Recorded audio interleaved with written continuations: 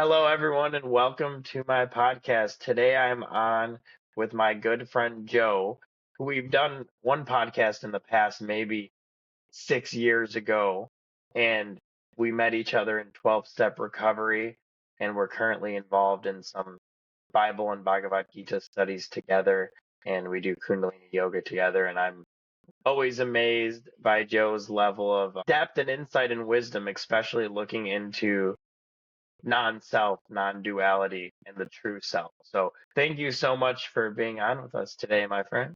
Thanks for asking me, man. Looking forward to doing this. I guess we get started with a little reading from the 365 Tao. Beautiful. Thank It's you. been a real nice reading for me.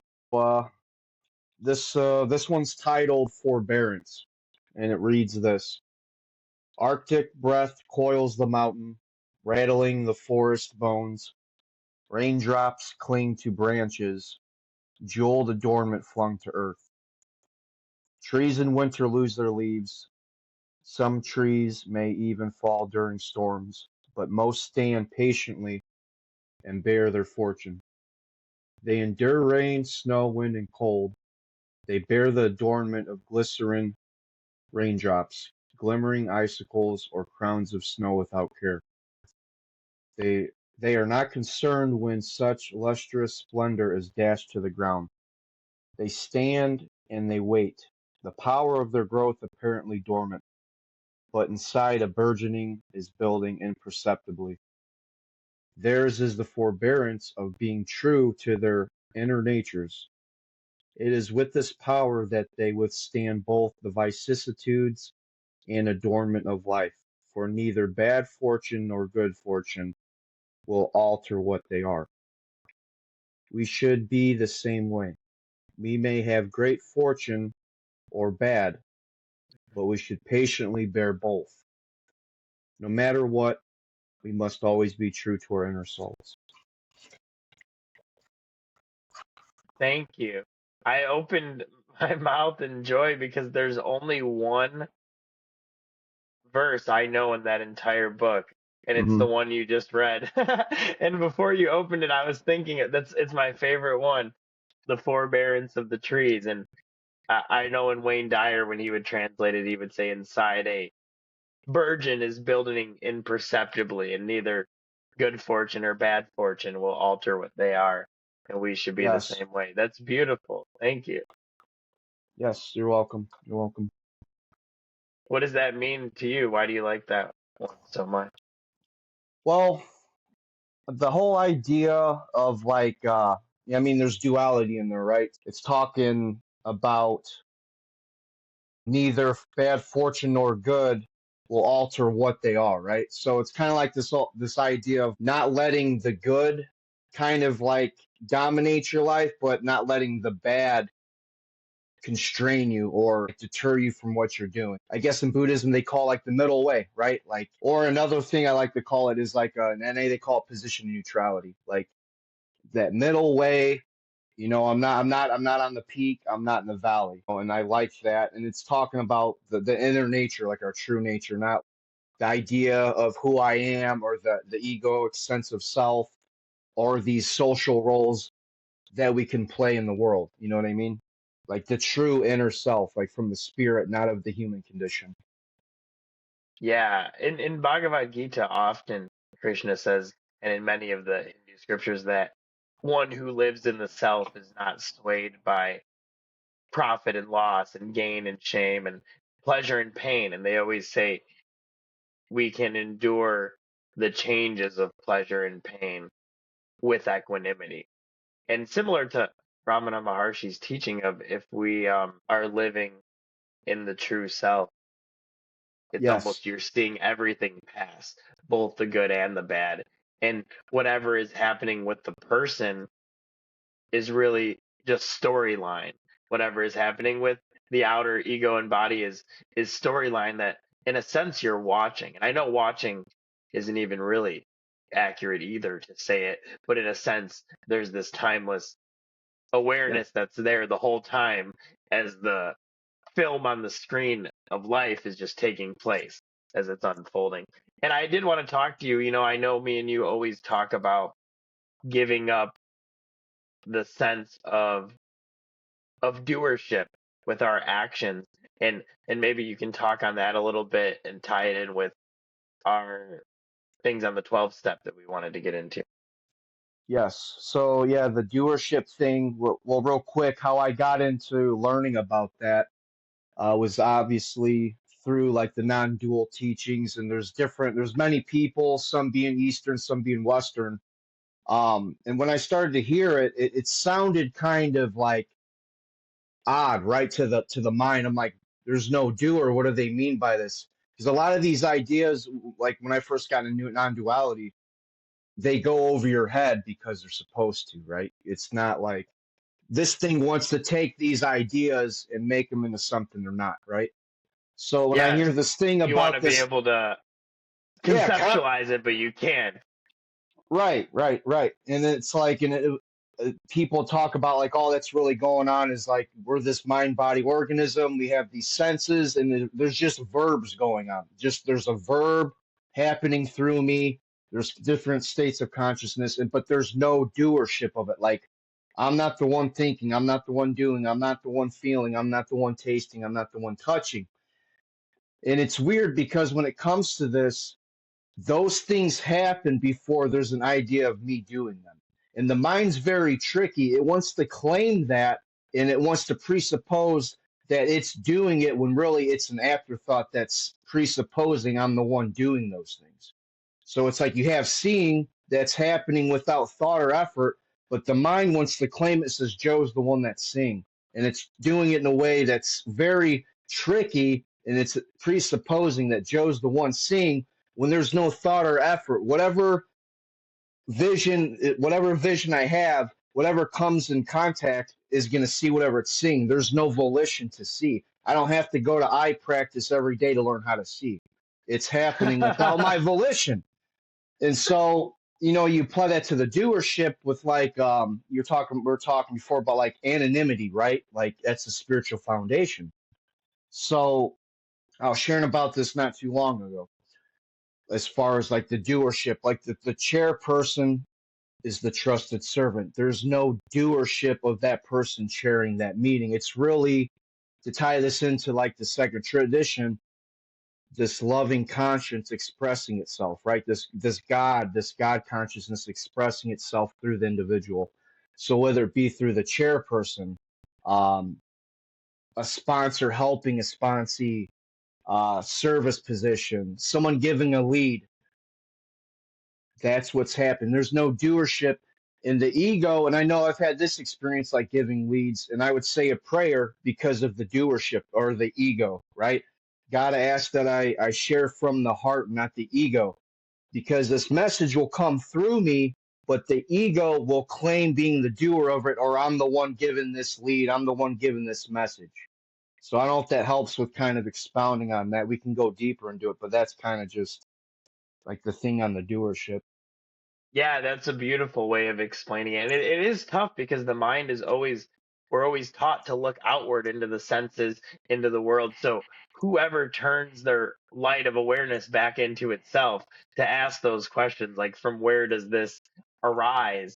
And I know often when I speak on doership, people don't want to give that up because the ego clings on to thinking I'm the controller and I'm the doer. So you say, oh, if I'm not the doer, then don't I have free will? Right. But then I always try to get people to say, look even behind that, right? Because free will, that's just a concept. That's also just a thought. And Mm, if you really think about it, all of our suffering comes from the attachment to being the doer. You suffer yes. because you think you're carrying this big burden of doing, and doership is such a funny word because it's so fundamental. It's like just doing, like you're carrying this burden of doing it all, the thoughts, the action.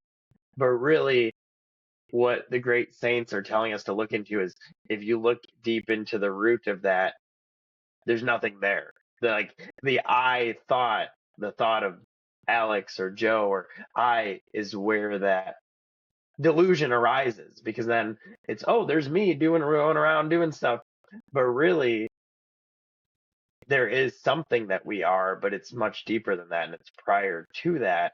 And then Yes. that outer part only gets its light from the reflected consciousness of what we really are, but we mistake ourselves for the outermost um, ego manifestation. And then you get all these attachments and you get sad about all these things and upset about everything, but really nothing's happening. Um, it's such a funny thing. Right, you were mentioning too, like the free will, and I was listening to a guy that's helped me along my journey, and he's really big into Ramana, and he was reading from like one of these booklets because I think he went to like the cave that he passed away in. Like you can go visit that cave, I believe. Yeah, And he ended Mount he Arunachala. Yeah. yeah, he went there and he went on his little journeys.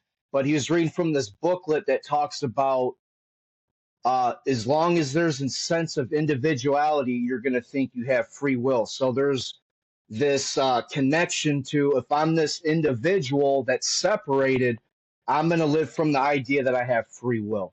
And when he was talking about that, that really hit me because it goes back to like the sense that I'm this independent, separate thing that's running the show. Like I'm doing this, I'm thinking this, I'm feeling this, but it all comes from the sense that I'm an individual. That's what really gives it the meaning. Yes, yes, exactly. From the individuality, yeah, and that's what's well, two things I wanted to touch on. One, even just me and you being here right now, it's like on one level we could say we chose to do this and set this Right. interview up, but really it just happened spontaneously, and who did what, right? And who controls what, and all there really is this moment of consciousness manifesting, and here we are, witnessing it. And what you're saying about the individuality plays in. Me and Joe both have huge backgrounds in 12-step recovery, and that's what he was talking about with the can we let a loving God express himself through our group conscience, but also the other concept you brought up that we always say in 12 step principles before personalities. And you reminded me of that because giving up the individuality, the attachment to individuality is like giving up the attachment to personality. Principles before personalities, rather than it being the pride and glory of me, but just the principles of God, of spirit coming through. Right. And I've learned too is like when it comes to how severe, like the severity of resentment, like if you're an alcoholic, right, or an addict. And that's like where the resentment comes in at is I'm putting I'm not putting the principles before personality. And it's usually not necessarily that I resent that person or I'm in conflict with their personality, but it's from this idea of me that's having the resentment towards this person, the idea of who I think they are based on the mind, by the ego personality. Because if I'm practicing principles before personalities, there's just oneness. There's no me and you. There's no Joe and this person. There's no any description of separation amongst me and that person. Yes, and so that is so good because it's how we actually cut these delusions at the root, I feel, rather than dealing with the outer symptoms. Oh, I have this little resentment or this character defect. It's like, all right, I'm trying to get better and improve myself in this way. It's like, no, just find out who you are. Go to the root, and there's not even anyone there to improve. And then it is paradoxical because it what I noticed, and you can see by the experience of the great saints and teachers of the world, is that the more we let go of doership and the deeper we surrender into God, into the heart, and surrender our attachment to that individuality, the more beautiful things actually come through us. The more spirit comes through us, the more fulfilling and wonderful things transpire in our lives and in love and in connection with others. So it's paradoxical, but it makes sense because the more we're surrendering rather than there being a fixed, stuck ego that's fighting against everything, it's like we're more and more expanding into the universe. So all this power of the universe, all this energy is coming through us. And since we're not so attached to our separateness, the right things can manifest out of us at any time. The right words or the right conversation, or you're guided to the right place because you're more open to God's will versus I got to be here right at this time and this is all I can do, you know. And I found a lot of great beauty in that. Like wherever my day goes, I don't really know. Like none of us really knows what we're going to be doing in an hour or what you're going to be doing in 5 hours. You have general idea, but it's all in the hands of God. It's in the hands of the self. It's like we're not controlling that ultimately. Right. And it kind of takes me to like I've heard, I don't know, I don't think it's like in any 12-step literature, but I'll hear people say we make plans and God laughs, right? Because Yeah, really that's what's going on. Like and it's like they talk about be flexible in life, right? Because there's really no doership. And I like what Ramesh says. He just says all there is source, source. There's nothing else. So whatever source is gonna manifest through you is gonna be what is manifested through you. So like having and like seeing it from like this place or like the abiding in self, it just helps me travel lightly in whatever's in store for me because it's like it's not about me. I'm not doing this. Like just be open to what's in store for you.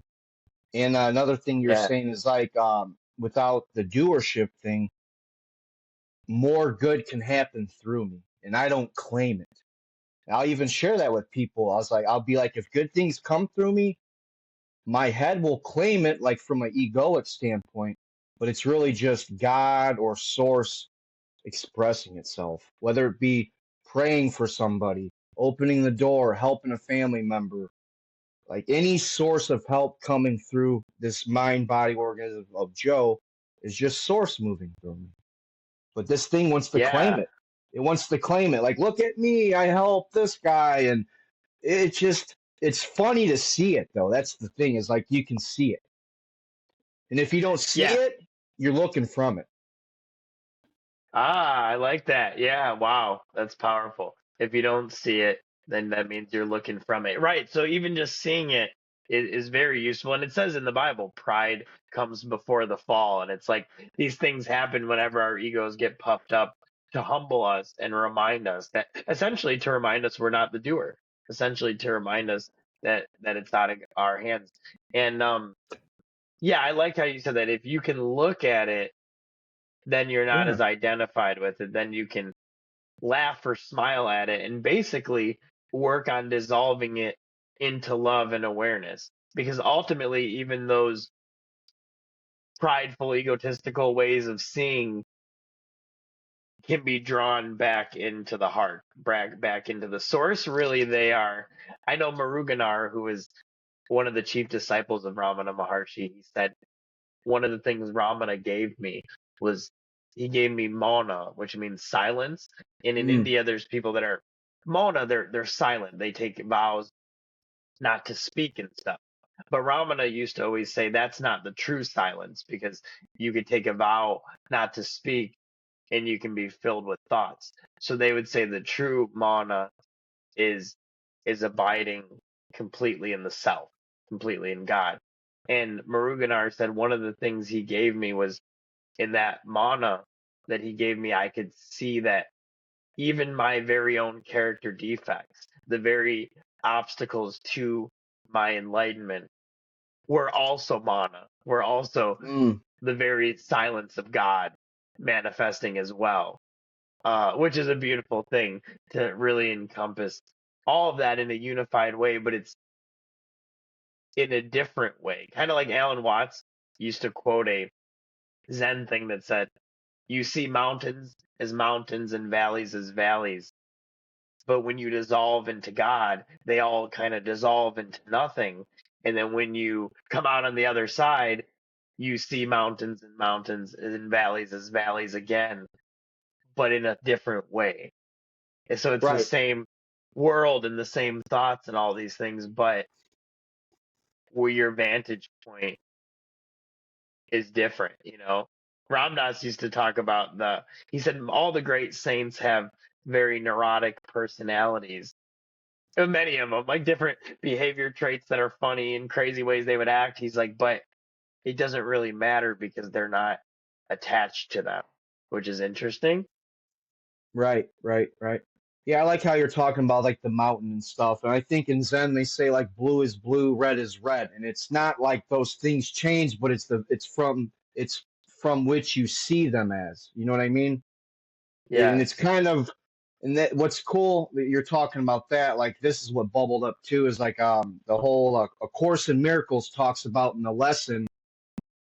I give everything the meaning it has, and I don't usually see things as they are because I'm attaching meaning to everything in the world. So even if something's blue from an agitated mind or from the ego, I want to attach a different meaning to it. But if I'm from this place of oneness as things are, blue is blue, red is red. Yes. Yes. I like that with the concept because going back to what you said in the beginning, when you first hear about non-duality, about jhana, about self-realization in that way, in this way of self-inquiry, it's Yeah, your mind might try to fit it into a box of something that you already understand and say, "Oh, that I see," but the thing is you have to who is the eye that sees is actually what you're looking for. Who is the eye right, that sees? And a lot of times I've had discussions too with people that ask me about the doership and free will because they say, "But don't you have this perception that people think, oh, if I'm not the doer, doesn't that mean nothing's gonna happen? And I'm just gonna sit on the couch, or I'm not gonna accomplish everything, or I have these responsibilities, and you want to feel empowered. But really, what we're saying is look back even further than that and see, because all that's still gonna emanate, animate the. You're still gonna animate the world. All that's still gonna emanate out from you, even if you know you're not the doer, you're still going to go to work or you're still going to go down the street. It doesn't stop that, but you're changing the actual, not what you're seeing, but the seer itself from the one that sees is what you're looking at. right. And back to yeah, you're saying like the being introduced to non-duality. Um, this guy would talk about when he would share on it, people would say, everything you're saying is going over my head. And the teacher would say, that's the point. We're trying to aim at what you are, which is over your head. I'm trying to aim at what you are rather than what you think you are. Because there's the one who wants to get the message of non-duality. And that's the thing. There isn't anyone to get it because there's a hearing of a message. There's not one to hear the message. It's just a verb. But when you get caught up Yes. in the one that wants to get the message is a subject object dualism, that's going to neuter that experience of you getting the message because there's no one to get it. Yes. My friend just posted, he was friends with Ram Dass and they had a conversation and Ram Dass was talking to him about going into the soul land, into the heart, into the Atman, and surrendering. And he said, "It's scary, it's scary, it's scary." Ramdas said that to Bharadas, and Bharadas said, "Yeah, it is hard to surrender sometimes, isn't it? There's always a resistance." And Ramdas said, "You have to surrender the very one who thinks they're surrendering." And I'm like, "Oh wow, yeah, yeah." And that's it. It's like you surrender even the surrenderer, and so that's why it's like there's these paths of bhakti, which is essentially that bhakti yoga, the yoga of love and devotion, which is also the path of those who are very devoted to Christ. It's just talked about in different terms, is completely loving, devoting, and surrendering your very self to God. Like it says in Romans in the Bible, offer yourself as a living sacrifice to Christ. So it's effacing the ego through complete surrender, or in Ramana's way, through self inquiry, through holding the awareness, drawing the thoughts back into the heart, back into the who am I. But essentially, they're two paths of the same thing. Either way, the ego has to be completely killed in a sense, completely blown out. And so yeah, and so surrender and devotion is like, God, take all of me. And what I love, how you brought up the 12 step, maybe you could say a little bit about the third and seventh step prayer, the relieving me of the bondage of self and having all of me, taking all of me, good and bad. Yeah, there's a lot of good stuff in there, and it's like especially over time because from saying it off and on over the years and like hearing different interpretations, it's definitely like changed for me, and I actually recently started saying it again. So I'm gonna open it up and I'll just say it real quick, and I guess we could dissect it if you want. That's cool Yes, thank you. because there's a lot there. All right, God, I offer myself to Thee to build with me and to do with me as Thou wilt. Relieve me of the bondage of self, that I may better do Thy will. Take away my difficulties, that victory over them may bear witness to those I would help with Thy power, Thy love, and Thy way of life. May I do Thy will always. So this idea of self, right? The bondage of self. I used to take this idea of self to be me, okay? I thought self Yes. was Joe. And what I've learned over time is that self, everybody can have self, but it's really an illusory thing, but you can be identified with it, even though it's an illusory thing. And in Yes. this book, it talks about manifestations of self to make it clear what self is. Like later on, it talks about resentment. In the inventory, it says being convinced that self manifested in various ways is what has defeated us. So when you look at that line, you have self and you have us. We're in the us department, us. Uh, Self is can manifest in our lives.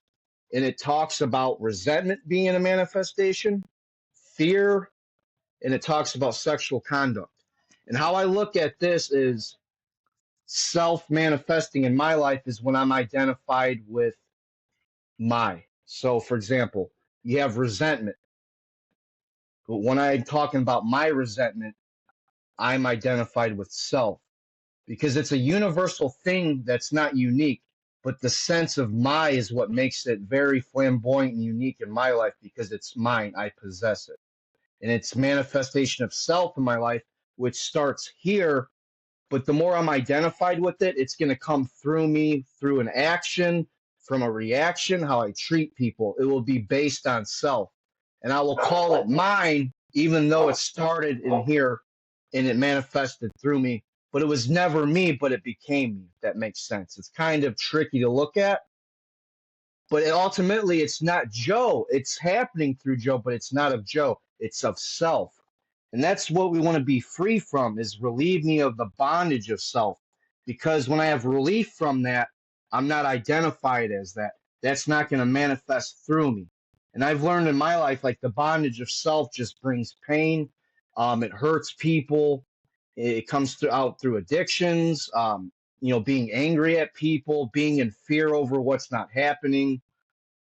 And it's like we want freedom from that. And I can only have freedom from it if I'm not identified. Because if I'm identified as something, I can't have freedom from it. Because that's more of the in.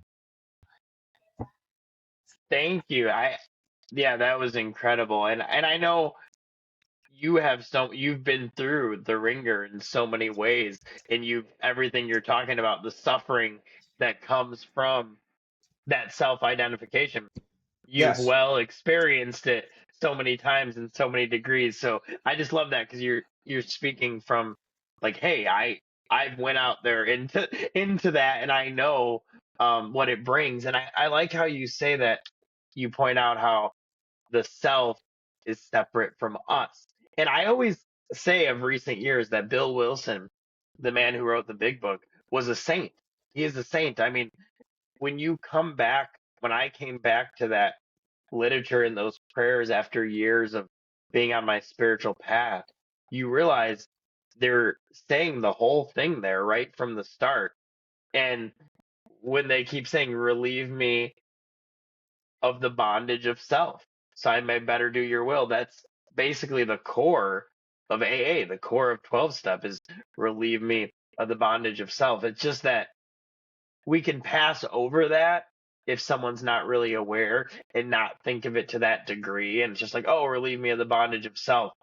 But when you catch what Hmm. they mean, what they're actually saying, um, there's such a profound meaning behind that. And and like you said, even though this separateness is illusory, Yes. when the awareness is identified with it, it takes on the feeling and color of realness, and it changes how the actions come out. Like you said, when we're identified with it, then fear arises, then worry arises, all these things, and then addiction and craving arises.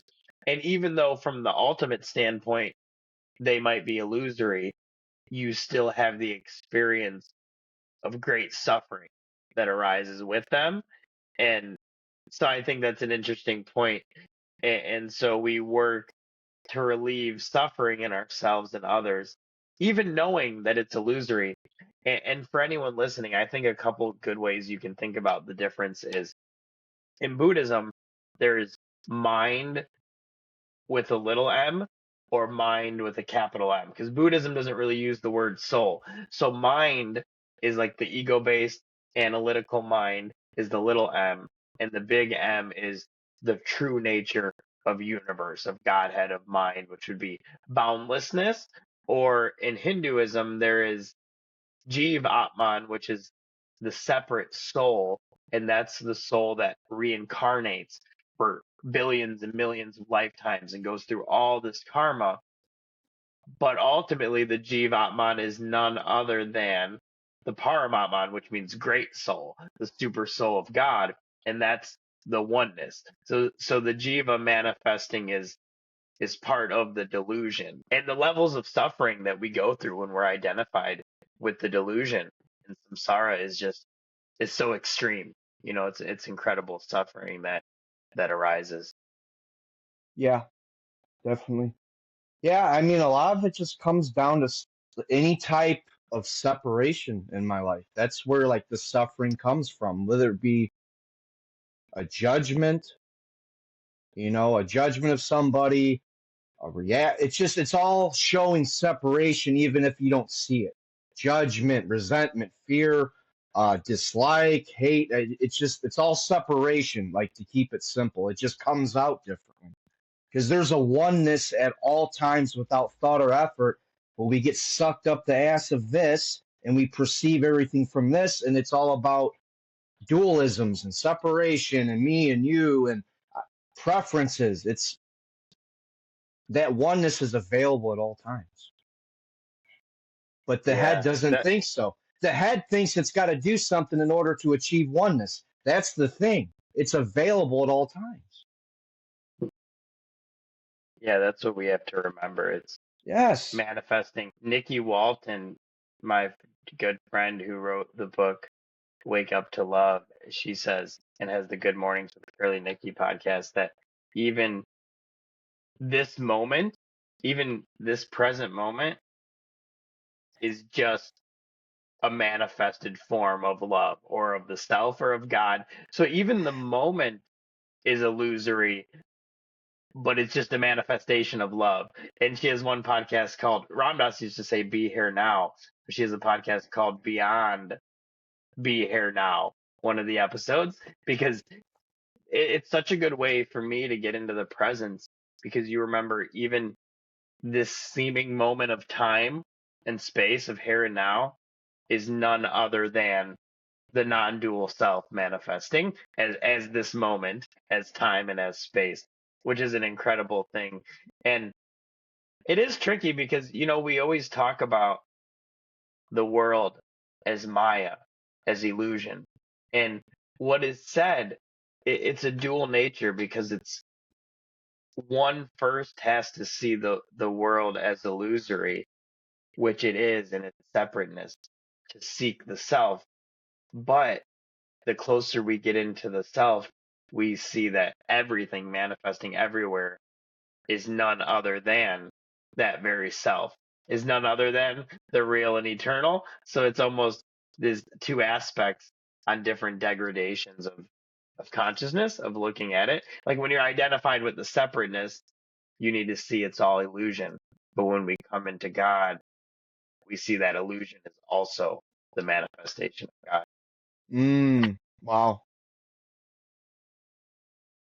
Mm. That hit me. I had to chill for a minute. I like getting those little hits, man. It's like talking about this stuff, and that's why I like just reading like a meditation from like some type of spiritual text, or like doing groups or listening. It's like what you are will be hit by it. Like, and there's no need to analyze it and dissect it and philosophize over it. They just get hit, man. And there's been moments where it gets so deep that I'm just crying like a baby. Not sobbing, but just in bliss. Like whether it be like reciting like Yeah. St. Francis prayer, just crying, or something from the Bible or some Eastern text. Like it just, what I am is feeling that. Like it's sense felt. It's not being convoluted by this. It's hitting what I am. Like I was sharing the other day, it's like an unspoken Yeah. yes. You feel it in your gut. It's just unspoken yes. And it's like when you can get there, it's a nice place to be, but you have to be open for it, right? Because a lot of Yeah. it's open-mindedness to, like these books that we study and we get into. It's just like having this invitation of being open to it. Yeah. And that's a great, beautiful, beautiful stuff. And that's a great point about sadhana and spiritual practice, because until we are the self, until we remember what our true nature is and cut through our delusion and karma, there is the outward manifestation of spiritual practice that is necessary, because without that, um, then one doesn't change at all. So you can go up to a murderer in a prison and say, "Oh, you're who's still caught in delusion," and say, "Oh, you're the self," and they say, "Okay, that makes sense. I believe you." But nothing's actually going to change in their consciousness without any type of practice or understanding. But I love how you said that, because even this, even if somebody's listening to this right now, that is, you don't have to hold on to any of this. Like Maharaji, who I have here, says, you need not hold on to anything. God will give you what is required for your spiritual development at each moment. So if you hear this, it's steeping into a deeper level of your soul. You're also your mind, because you can't help that, but a deeper level. And then it becomes a part of you. And that is a part of your spiritual practice. That is doing your work in that moment, because then when you go out about your day from there, then you're doing self-inquiry. You're saying, wait a minute, who am I? What is this? And that, I'm going to surrender. I'm going to ask for guidance. And that in itself is then your sadhana. That is your spiritual practice. So it's kind of interesting. Like, we don't realize how things are unfolding always in this beautiful way, but each moment is enough, and it's like each moment is for itself. Yeah, so I think that's an incredible thing. I think also maybe we could talk about a little bit, since we're in the Bible study together. I notice in the Bible too, what we I think both have noticed in these, like, I haven't read the book of Revelations with you, but say in the book of Revelations, we've been reading the Psalms of King David, all these books that you could read from an outer meaning and they don't really make that much sense. And you're like, oh, okay, it's talking about war, or Armageddon, or destruction, or, crushing my enemies. But when you read them from the inner meaning, they're all talking about the light of the self. When they say, "Oh Jerusalem," or "Oh Zion," or when Jesus says, "Come drink ye freely from the water of life," and all these things is really all just pointing back to the same thing. And that self awareness is what crushes the enemies, is what dispels the darkness, is what we long for. So Right. I think it's beautiful, like, just when you see it from that way. Yes, I was listening to Ramesh Balsekar. He's like one of my favorite. I kind of want to call him a teacher, like that. And I know you talk about like Ramana and your teachers. It's like he's one that like hits me a lot, and he talks about like an issue that we have with being connected to God or Source is we see the separation like it's something out there and we're away from it. Like there's this separation, like it's a thing, it's an identity, it's something out there that I have to like approach and get close to, when really we're always connected to it. Like I was saying earlier, that oneness, it's always available, but we get lost in that illusory separation. Like there's this thing that Joe has to worship. There's like the subject object thing, which you can worship, but it's like when there's a sense of separation, like a subject and object, that's the problem. Like it's there all the time, whether you're praying to it or not, it's there and it's available. You know what I'm saying? And like the whole thing with like Christ nature or Buddha nature, like it's within everybody, but we just don't think so. We think we're disconnected from it. I gotta be enlightened in order to feel it. I have to do all these things to have God's grace. It's like all these crazy conditions that I set on myself in order to achieve it. That's the issue that I've learned in my life. Like these things are available, but yes, these I feel like when you do these practices and you do these studies, it just reveals more. Things aren't being done, it's just revealing what's already there. If that makes sense. Yeah, it's revealing what's already there. And I fully believe that even, yeah, like Ramana Maharshi always said, Maharaji said, do the practices and then wait for grace. And Ramana would say, as you practice, the grace that seems to be from the guru is actually, and from God, is actually coming from within your own very self. The grace Yes. is you.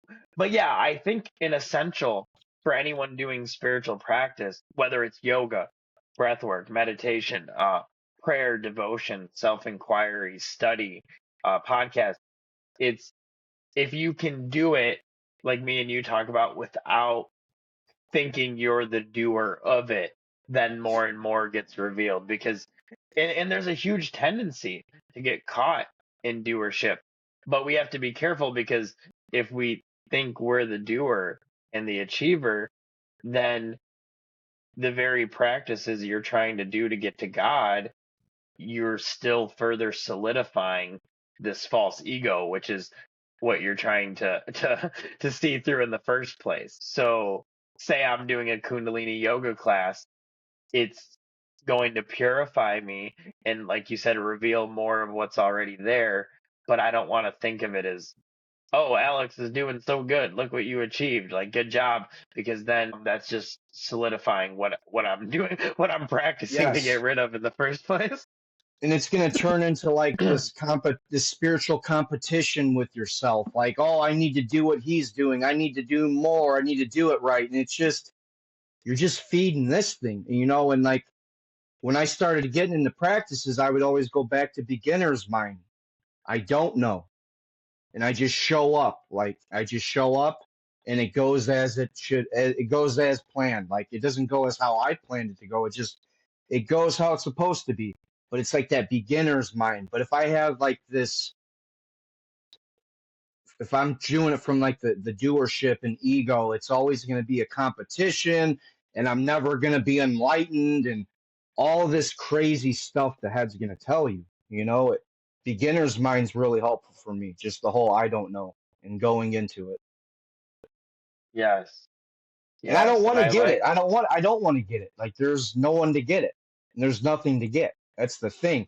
Like I was listening to Paul talk about like the word enlightenment has caused more suffering than actual enlightenment for people, because the path they go on to be enlightened is just like the whole ego thing we're talking about, like the spiritual materialism, and I got to do more and I got to go on more of this and I got to do it. It's just you're just chasing it like it's a drug. It's like it doesn't turn into, it's not being what it's meant for. You're turning into something it's not, because there's one that wants to achieve something. If you get rid of that and you just show up and have this beginner's mind, it will come. It comes. It comes. Yeah, Yeah, I think there is. Ram Dass used to talk about the desire for enlightenment being the desire that has to come to remove the other desires, the worldly desires, and then eventually that desire too has to go away. Um, and there's this saying in India, you use the stick to stir the funeral pyre, and then you throw the stick in after too and burn the stick. So it's like the stick of understanding, because first you need to even know about the spiritual path and what your aim is, or you're not aiming there at all. But then you throw that stick in the fire too, and that has to go too along the way. Like we were saying, not to hold on to anything. Um, but yeah, I do always encourage that we really want to stay focused on our own spiritual path, because there's, if you go onto social media and all these things, there's always so much arguing about right and wrong in every spiritual group, whether I'm in a Christian one or a Ram Dass one or a Hindu one. There's always so much arguing about things, but then you actually have to realize that that's all pointless delusion.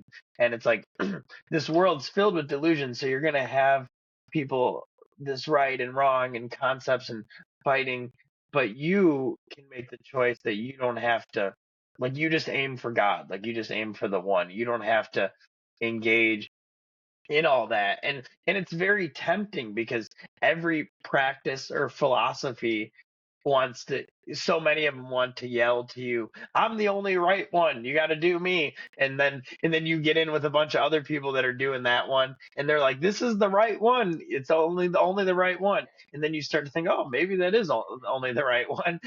I've never fell into that by the grace of God, but even very developed beings that I know do fall into that, and then they find a new tradition and they're like, oh, this is the only right thing.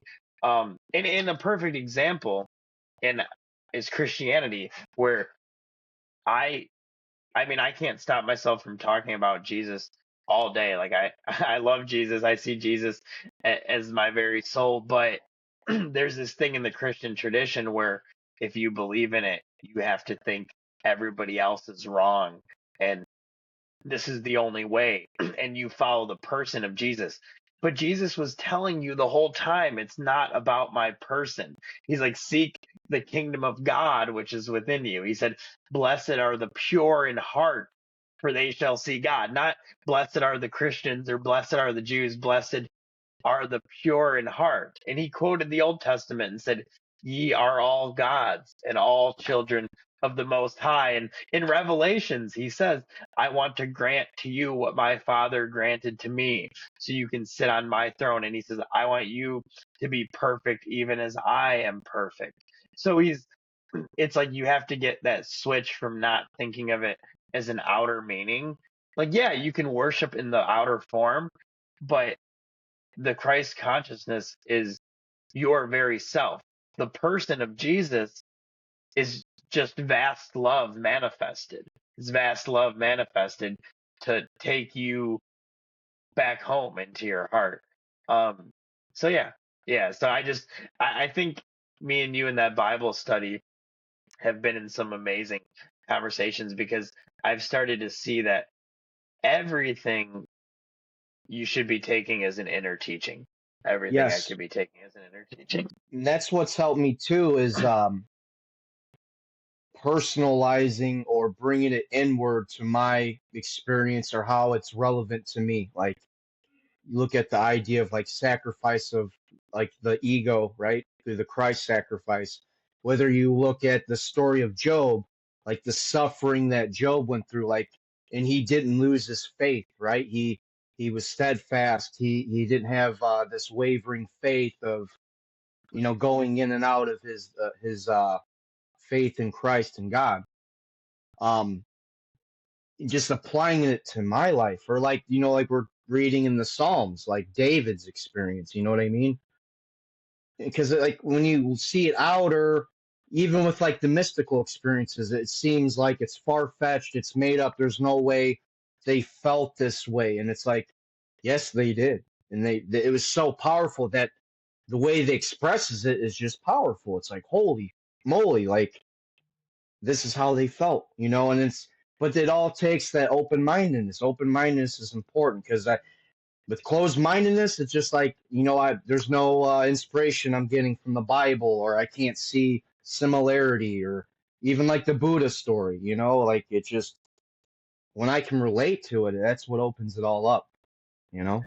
Yeah, thanks for bringing that up. Yeah, when we read the Bible or any of these holy books, it's like you really want to pray for divine revelation and surrender. Say you're reading the Bible, like, Christ, show me the living truth of this, because otherwise you just miss it and see the outer meaning. And it really is living, but it has this it's almost hidden in a sense. It's only when you're open enough that it's revealed, and then you say, "Oh my God, it's right before my eyes." But before Right. that, it's not. And like you said, from all over the world, mystics share about these different, it's just different words of expressing these states of deep samadhi, of deep God consciousness, of realization and oneness with the universe. And one thing I wanted to say, I know we could wrap up in the next few minutes, but in Psalms, there's a, I think it's about Psalm 21 and 22. It starts with, my God, why have you forsaken me?" And that's what Jesus said on the cross, to point you back to that psalm. And often I learned from Nikki that often Jewish rabbis, when they wanted you to go to a psalm, they would say the first verse of that scripture. They would say, and then people would know, oh, turn to that. So, in accordance with that tradition, Jesus was saying, my God, why have you forsaken me?" And then you turn back to Psalms 21 and 22, and it goes on to detail how he was going to be despised by men and persecuted and everything. And then after it takes you through that passion, which in a sense is all of our passions, that's the destroying of the ego, that's going through the fire of purification and the dark night of the soul. Then the next psalm is, "You lead me by still waters and green pastures," and is Mm, full of love and bliss. So it's like taking you from the crucifixion of ourselves, and he displayed that in an outer form, into the love of the self. yes, that the psalm you're mentioning, I think it's 23. Yeah, there's so much there. And I think like the opening line is like, "The Lord is my shepherd, I shall not want," right? And you hear that, and it's like, "I shall not want," and it's like you go to this idea of like, I'm going to be provided for. I don't need anything, but you can still be at war with that idea, right? If you're living from the ego and you're in fear and you're worrying about things not working out, you know, you're not gonna live from that. But if you're living from like that idea of like the Lord's my shepherd, I shall not want, just let this thing do what it's gonna do, because like it's telling you right there. Like if God's your shepherd and you're not living from the ego and this agitated mind, just do what you're going to do, but you shall not Wow. want. You're going to be provided for it. And it even says that in the big book. It says, um, "We will be provided with what we needed if we keep close to God and perform its works well. We will be provided with what we need." It even says that in the big book. That's like a promise. And it's very Which is simple. Just stay close to God, perform its works well, and I'll be provided with what I need, whether I think so or not. That's the thing, whether I think so or not. Wow. Which is the same as Jesus saying, "Seek first the kingdom of heaven, and everything else will be added to you." And the big book is very Christ based, but they did it in a beautiful way where you don't Yes, have to realize you don't have to realize that to do it, but it actually is like telling you everything. Um, that's awesome though. You said you'll be provided for, with the Lord being your shepherd and doing his works. whether you think so or not. And I like how you said, I shall not want. So I just sent you that Ramana quote this morning where he said, who is greater, a king with tons of subjects or one who rests in the self and doesn't want anything? And Right. what I was gonna say too about that psalm, but then we had to start talking about it because it was so beautiful. But I was hoping it could give people a sense of letting go of your attachment to free will and doership, because that psalm was written by King David. I don't even know, maybe 1,000 years before Jesus Christ. And so when Jesus says that, and then that psalm and the scriptures of Isaiah and all these prophets prophesied Christ's coming and exactly what was going to happen. I mean, exactly. They even prophesied that they were going to cast lots for his garments and all of these things. And so it makes you realize who has the free will then? Because if that was destined to happen thousands of years before it happened, that means every single thing that Jesus did, that all of his disciples did, that the Romans and the Pharisees did, was all already going to happen. It was all determined down to the last moment. And if it means that for them, then it means that for everything, because everything is always expanding outward. Everything's interconnected and expanding outward. So it really gives you a sense of, from time and space, you think the story's being written. But if you were outside of time and space, the story's already written and you're just watching it unfold, which is interesting. And it takes some of the load off your shoulders. Yeah, definitely. I like to call it, Paul calls it traveling lighter, like just seeing what's going on. Like the verb's gonna do what the verb's gonna do. Like there's no doership, and at first it's kind of hard to take in because the mind wants to play with that idea and compare and look at life, and that's even helped, like that letting go of the doership's even helped me with like the shame and guilt of like what I've done, like when I was in active addiction, because like I had all this shame, like I was the doer of all this nefarious activity and hurting my family and other people, when it's like wrong happened through me, but I wasn't the doer of it, if that makes sense. And I think if Yes. someone's like struggling with like the shame and guilt, like stuff they did when they're drinking or using, it's like look back and ask yourself, did I really do those things through my volition, intend to do them, or did it happen through me? You know what I mean? It's not like you're copping out of being accountable for it. It's just it frees you up, you know? Yeah. It's And that's the beautiful, spirit of, Yes. You're able to forgive yeah, yourself.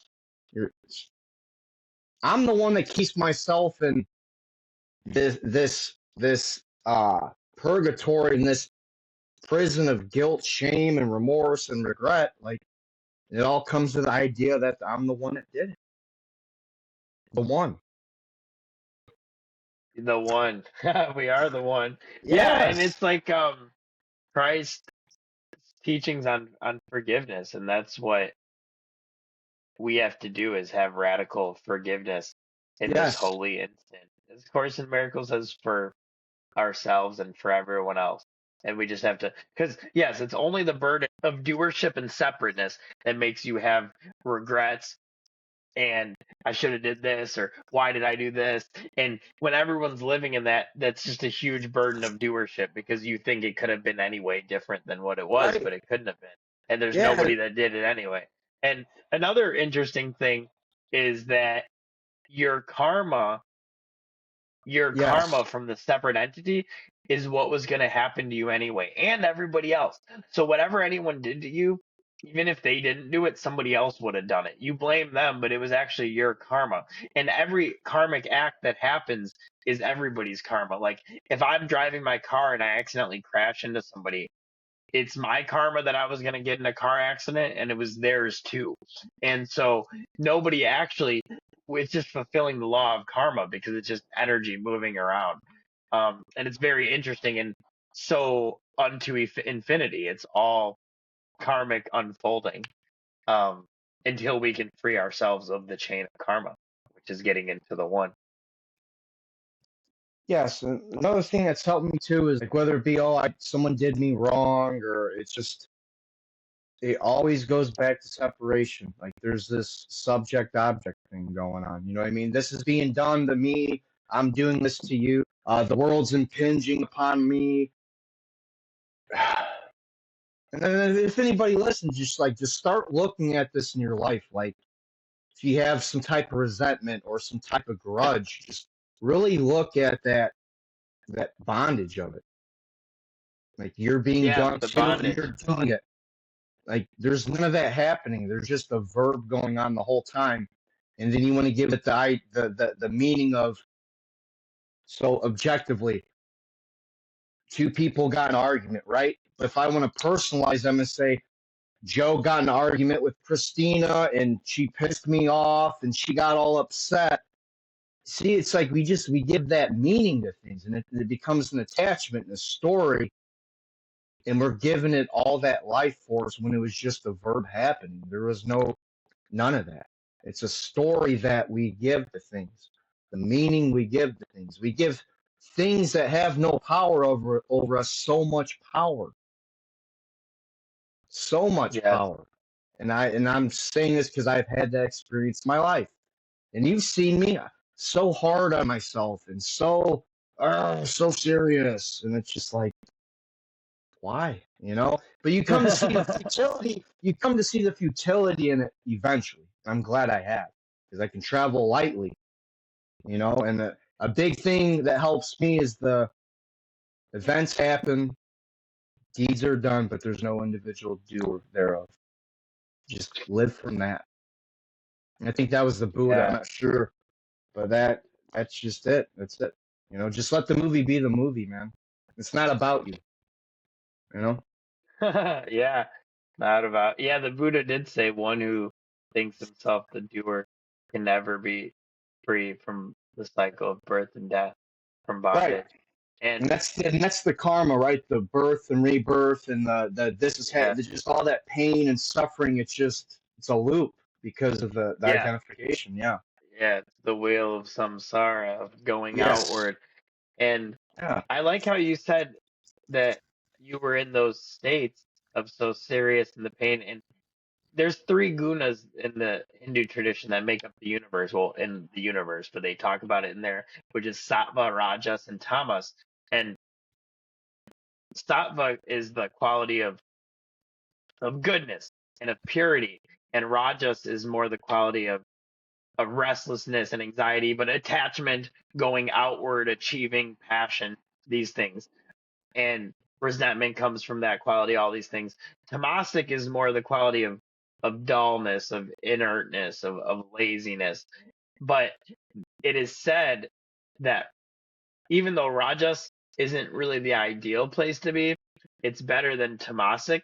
And you remind me of Rajasic with the being hard on yourself and these things. They say it's better because eventually all that doing will drive you into the despair of realizing it's fruitless and it causes a lot of Yes. suffering. Where if you're too Tomasic, you just won't do anything. But Rajasic, you'll like beat your head against the wall enough where you'll say, "Oh shit, there's got to be something else," and it'll drive you into the spirit. Yeah, Yeah, I agree. And it's kind of like how like pain can bring you to like spiritual work. It's like if that's not there, it might not lead to the healing or the wanting to get better or whatever. Like that's what's yes, been in my own life. You know what I mean? Like why do I keep doing this? Why do I keep going backwards? Why do I because it's just like that pain. It's like the dark night of the soul, if you want to use that. And I think it says in one of the books like pain is like the touchstone to spiritual progress or something like that. Because it's yeah, like it without is. that, It I don't is. know if I would ever get into like prayer or wanting to go to like Kundalini Yoga or get into the Bible or breath work or any of that stuff. You know what I mean? And then I get into it and it's like, well, it's like I'm blissed out, I'm connected, I feel great. And I was sharing with someone last night because they're going through things, and it's like just kind of not, trying to recommend, getting into that kind of stuff. And, you know, because it's like you see reoccurring things in your life, and it's like, why is this going on, you know? Yeah, for me, whenever I'm in pain, it's always humbles me and brings me closer to God because then I just have to get down on my knees and surrender. And the trick is, can we remember that surrender all the time so we don't have to wait only to when we're suffering and try and keep it going? But there's a story with Maharaji and this young girl, and he said, "Do you like pain or suffering?" And she's like, "I've only ever known suffering, Maharaji." And he said, "Do you like pain or suffering?" Like 3 times he asked her, and she's like, "I've only ever known suffering." And then Maharaji said, "I love suffering because it brings me so close to God." And Mm, if you think of it not as in an impersonal way, that is the function of it. Unless you don't understand about getting to God, then it's just a waste because you're just suffering needlessly. But if you understand the purpose of it and you're using your suffering as sandpaper or grist for the mill of spiritual awakening, then all yeah. suffering is actually the grace of God too, none other than the grace of God. But thank you so much, man. Would you want to read? And if you have anything else to finish with that you wanted to say, but would you maybe also want to read that St. Francis prayer before we finish, if you have it Yeah. handy? Yeah. I think they call it the 11th step prayer in AA, or maybe even in the 12 and 12. But Okay, yeah, yeah. yeah, so I'll read it real quick. Lord, make me a channel of thy peace, that where there is hatred, I may bring love, that where there is wrong, I may bring the spirit of forgiveness, that where there is discord, I may bring harmony, that where there is error, I may bring truth, that where there is doubt, I may bring faith, that where there is despair, I may bring hope, that where there are shadows, I may bring light, that where there is sadness, I may bring joy. Lord, grant that I may seek rather to comfort than to be comforted, to understand than to be understood, to love than to be loved. For it is by self-forgetting that one finds. It is by forgiving that one is forgiven. It is by dying that one awakens to eternal life. Amen. Wow. By And I would like to self-forgetting. say, yes, the Yeah. self-forgetting. Um, Someone I met through the program said, and this made a lot of sense. He's like, this is like a mission statement on how to be in the world. Like, this is it right here. Like, if you need like some kind of guide, like how to be, like that's it right there. Be that. Be that. You know what I mean? It is. Be Yes. that. And it is dying. And Mhm. the dying of the ego is how we awaken to eternal life. Thank you so much, man. I love you. And that was I love you too. a very beautiful interview. Thank you so much for everything that you said. I think people will love listening to it, and maybe we'll be back on again sometime soon. But thank you so Absolutely. much. Thank you. Namaste. Namaste.